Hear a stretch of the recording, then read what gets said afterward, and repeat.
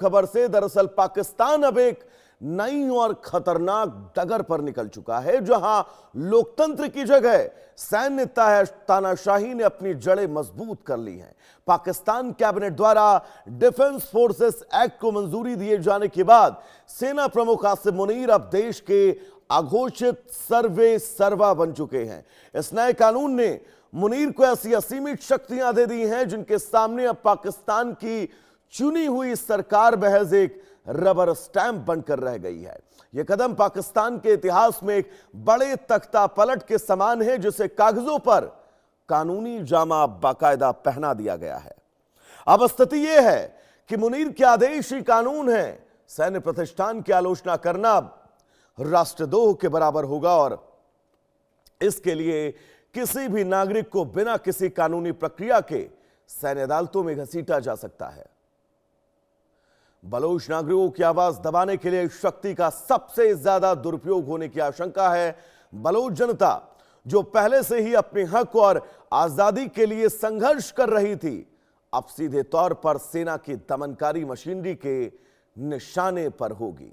यह कानून न केवल अभिव्यक्ति की स्वतंत्रता का गला घोटने वाला है, बल्कि यह पाकिस्तान के भीतर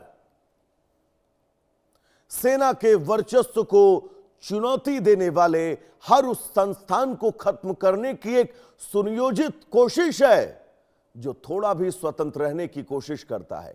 न्यायपालिका, मीडिया और राजनेता सभी अब मुनीर की नजरों के दायरे में हैं। मुनीर के इस कदम से पाकिस्तान में वर्दीधारी तानाशाह का युग दोबारा से शुरू हो चुका है। वैश्विक मंच पर पाकिस्तान की छवि अब एक ऐसे देश की बनती जा रही है जहां लोकतंत्र की परिभाषा सेना के जूतों के नीचे दब गई है।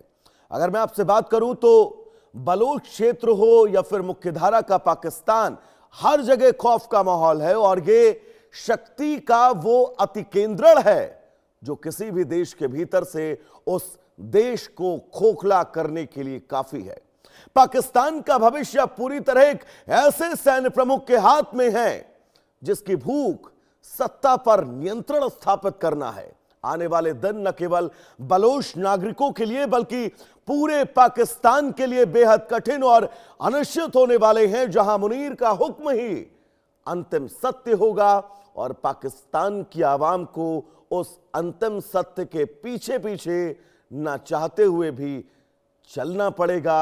आसिम मुनीर की जी हुजूरी करनी पड़ेगी। आसिम मुनीर के सामने अपनी कमर को झुकाकर सलाम करना होगा। तो पाकिस्तान का भविष्य क्या है? पाकिस्तान के आने वाले कल में क्या छिपा है? अगर इसकी मैं आपसे बात करूं तो इसकी शुरुआत हो चुकी है, क्योंकि पाकिस्तान में सो कॉल्ड सैन्य शासन की शुरुआत हो चुकी है। हमारे साथ कर्नल टीपी त्यागी जी जुड़े हुए हैं, डिफेंस एक्सपर्ट हैं। त्यागी साहब, बहुत स्वागत है आपका इंडिया न्यूज पर। धन्यवाद। जिस बात का डर था, जिस बात की आशंकाएं थी, जिस बात की संभावनाएं थी और हम और आप जिक्र भी सर करते रहते थे कि पाकिस्तान में सैन्य शासन की शुरुआत होने वाली है, अब पाकिस्तान में कहा जा सकता है कि सो कॉल्ड ही सही, लेकिन इस सैन्य शासन की शुरुआत हो चुकी है और बहुत जल्दी ऐसा स्वरूप लेगा कि आसिम मुनीर जो हैं वो शहबाज शरीफ की जगह नजर आने वाले हैं। त्यागी जी। जी बिल्कुल सही कह रहे हैं आप। दरअसल में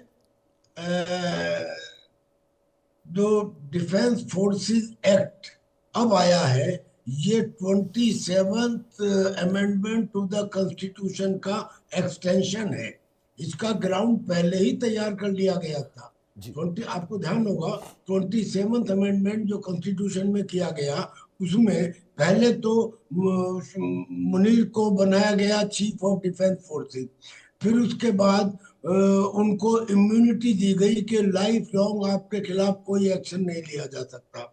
फिर उसके बाद उन्होंने सुप्रीम कोर्ट की पावर को काट के एक नया फेडरल कोर्ट बना दिया और वो फेडरल कोर्ट सारे मामले सुनेगा।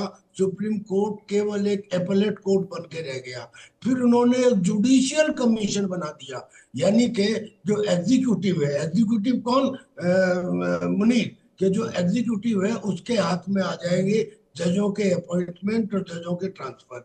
और उसके साथ फिर उन्होंने, और जो अब भी आया है इस एक्ट के अंदर भी, वो ये कि जो national strategic command, I repeat, national strategic command, जो nuclear policy, nuclear deployment, nuclear का इस्तेमाल होना है या नहीं होना है, जिसमें आखिरी वर्ड प्राइम मिनिस्टर का होता था, वो अब मिलिट्री का यानी कि मुनीर का होगा। और अब ये एक्ट बनने के बाद इसको एक कानूनी जामा पहना दिया गया है। यानी कि यूं समझिए कि जैसे फौज में एक समरी कोर्ट मार्शल होता है, यानी कि डिफेंडर भी मुनीर, प्रोसिक्यूटर भी मुनीर और जज भी मुनीर। मीन सारी ताकतें एक आदमी के अंदर लाके डाल दी गई हैं। ऐसा लगता है कि जैसे कानूनी जामा एक तानाशाह को पहना दिया गया है। और शहबाज शरीफ इसे चुपचाप खड़े हुए देखते रहे, बिल्कुल ऐसे ही जी। जैसे मुगले आजम में सलीम ने कहा था कि कर अनारकली कैद कर ली गई, मैं देखता रहा, अकबर ने कहा तुम कर भी क्या सकते थे। वही हालत आज शहबाज शरीफ की हो रही है। जो सिविल गवर्नमेंट है, it has been sideline almost 100%। और देखिए साहब, हम लोगों के यहाँ भारतीय लोकल राजनीति में होता है कि बड़ा सा पोस्टर लगता है, उसमें एक नेता की फोटो बहुत बड़ी रहती है, धीरे धीरे उसका जनाधार, उसका प्रभुत्व कम होता है, पोस्टर में फोटो छोटी होती जाती है और धीरे धीरे वो पोस्टर से गायब हो जाता है। तो शहबाज शरीफ कुल मिलाकर ये कहा जा सकता है कि पाकिस्तान के वो छुटभैया नेता होने वाले हैं जो पोस्टर से गायब हो जाएंगे बहुत जल्द। आपने बहुत बढ़िया सिमली दी है। जी। यही है, इसे ही कहते हैं शने शने शने पावर का क्षीण होना। यानी कि अभी तक शहबाज शरीफ एक प्राइम मिनिस्टर है, लेकिन अभी तक भी ये स्थिति थी कि अगर सऊदी अरबिया जाना है, अमेरिका जाना है, चीन जाना है, जहां भी कहीं वो जाएंगे उनके साथ में मुनीर जी भी जाएंगे। यानी कि एक पैरेलल ताकत तो अब तक बढ़ी रही थी। अब जो वो समानांतर वाली ताकत थी वो शरीफ से बड़ी हो गई है। और बड़ी होने का मतलब ये कि अब इस एक्ट के, ये जो एक्ट है ये ऑलरेडी कैबिनेट कमेटी से अप्रूव हो चुका है, सीनेट के अंदर अभी इसको पास किया जाना है, जिसमें कोई डाउट नहीं है पास हो जाएगा। उसके बाद में फिर शरीफ की पोजीशन क्या होगी, जैसे आपने बताया, जो बड़ा फोटो था वो छोटा हो जाएगा। और कुछ दिनों बाद फिर डी फैक्टो और डी जोर, यानी कि असलियत कुछ भी हो, लेकिन ग्राउंड के ऊपर Munir will become the total sole authority in Pakistan, and Sharif साहब उसमें से गायब हो जाएंगे। बहुत मुमकिन है, बहुत मुमकिन है कि आने वाले समय में ये भी हो जाए कि वो जो प्रेसिडेंट है उनको भी हटा दिया जाए और जो मुनीर है ये प्रेसिडेंट भी बन जाए और ये सीडीएफ भी रहे। सीडीएफ रहने की वजह से, अब एक मजे की बात देखिए, chief of the army staff कौन है? मुनीर। और चीफ ऑफ डिफेंस फोर्सेस कौन है? मुनीर। और तानाशाह कौन है? मुनीर। यानी कि सिविलियन हो या मिलिट्री हो, सारी ताकत। और न्यूक्लियर बम के ऊपर कौन कंट्रोल कर रहा है? मिलिट्री, यानी कि मुनीर। तो ये फर्स्ट टाइम देखा है किसी देश के अंदर तानाशाह को कानूनी जामा पहना देना, ये किया गया है पाकिस्तान के अंदर। और ये हम हिंदुस्तान को इसके बारे में थोड़ा सा चौकन्ना रहने की आवश्यकता है, क्योंकि ये वही आदमी है, ये वही आदमी है मुनीर, जिसने पहलगाम के हमले के पहले लोगों को बरगलाया था कि हम और हिंदू अलग अलग हैं, हमारे कस्टम अलग है, हमारी एम्बिशन अलग है, हम सुपीरियर हैं और हम उनके साथ नहीं रह सकते। ये इन्होंने फैलाया। और यही वो आदमी है जिसने ये कहा था कि मेरे खिलाफ कुछ हुआ तो मैं आधी दुनिया को डुबो दूंगा। अब बताइए, अगर ऐसी देश के पास एटॉमिक पावर है और जो ये कह रहा है कि मैं आधे दुनिया को डुबो दूंगा, और जिसको एब्सोल्यूट पावर दी गई है, तो याद रखें, एब्सोल्यूट पावर करप्ट एब्सोल्यूटली।